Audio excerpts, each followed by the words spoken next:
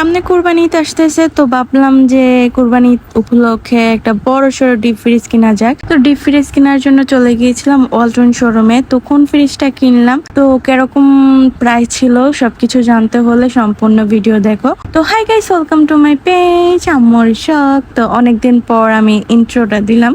এখন আমরা একটা সিনজি নিয়ে নিয়েছিলাম, মানে রওনা দিয়ে দিয়েছিলাম। তো আমরা যেই শোরুমে যাব ওয়ালটনের, ওই শোরুমটা আমাদের বাসা থেকে মোটামুটি অনেকটাই কাছে। তো জন প্রতি 10 টাকা করে ভাড়া পড়ে। তো আমরা এখানে আমি, আমার আম্মু, আমার মেয়ে, আমার ভাইয়া, তো মোটামুটি অনেকজনে গিয়েছিলাম ফ্রিজটা নেওয়ার জন্য। কারণ পছন্দ করে নিতে হবে, কারণ একটা জিনিস মানে করব, মানে পছন্দ করে করাটা অনেকটাই ভালো, তাই না? তার জন্য আমি, আমার আম্মু, আমার ভাইয়া সবাই গিয়েছিলাম। তো আমি যাই ওদের শোরুমটা পুরোপুরি ঘোরা শুরু করে দিয়েছিলাম। আর ওদের শোরুমে প্রায় অনেক ফ্রিজের কালেকশন আছে। আর রিসেন্টলি বাণিজ্য মেলায় ওয়ালটনের যে দুইটা ফ্রিজ ডিসপ্লে করছে, ওই দুইটা ফ্রিজ আমার এখনো চোখে বাইজে আছে। আমি ভাবতেছি যে আমাদের বাড়ি যদি কমপ্লিট হয়, ওই ফ্রিজটা অবশ্যই আমি নেওয়ার চেষ্টা করব। আসার পর আমরা অনেকগুলা ফ্রিজ দেখছি, তো ওই ফ্রিজগুলো বাদ দিয়ে দিছিলাম, কারণ ওই ফ্রিজগুলো আমরা নিব না, আমরা নিব ডিপ ফ্রিজ। তো এখানে আমরা ডিপ ফ্রিজ দেখা শুরু করতেছিলাম। তো বাসায় আমাদের আরেকটা ডিপ ফ্রিজ আছে, তার জন্য ভাবলাম যে আরেকটা নেওয়া যাক। তো কোনটা নিছি,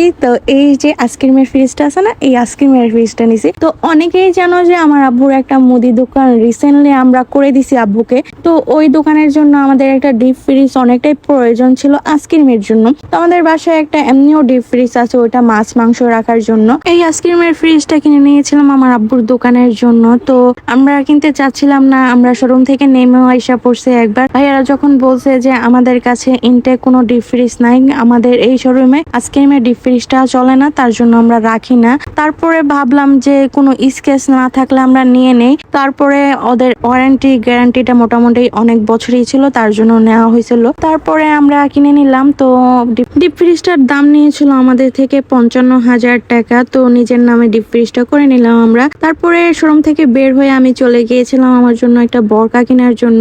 আমি যেখান থেকে সবসময় বরকা কিনি, ওই শোরুমে গিয়েছিলাম, মানে ওই শপটাতে গিয়েছিলাম। তো শাওন ফ্যাশন হাউস, যারা নাকি সোনারগাঁয়ে থাকো তারা দেখতে পারো, ওদের কালেকশন মোটামুটি অনেকটাই ভালো। জাস্ট আমি একটা বরকা কিনছি, আমার থেকে দামটা অনেকই বেশি লাগছে, মানে 2200 টাকা দামি জাস্ট একটা কুটি কিনছি, সাথে একটা দুপাট্টা ছিল আর একটা বেল ছিল।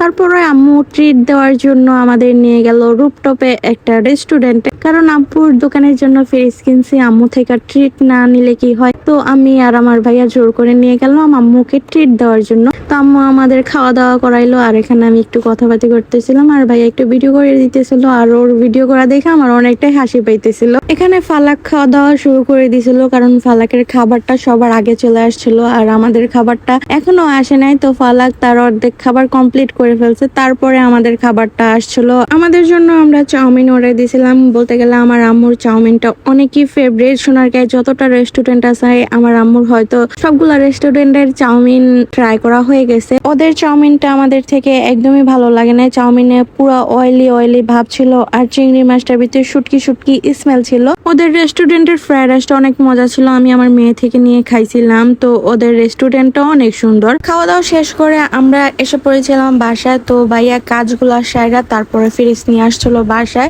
তো 2-1 দিন পর আমাদের আইসক্রিমের ফ্রিজে আইসক্রিম তোলা হয়েছিল।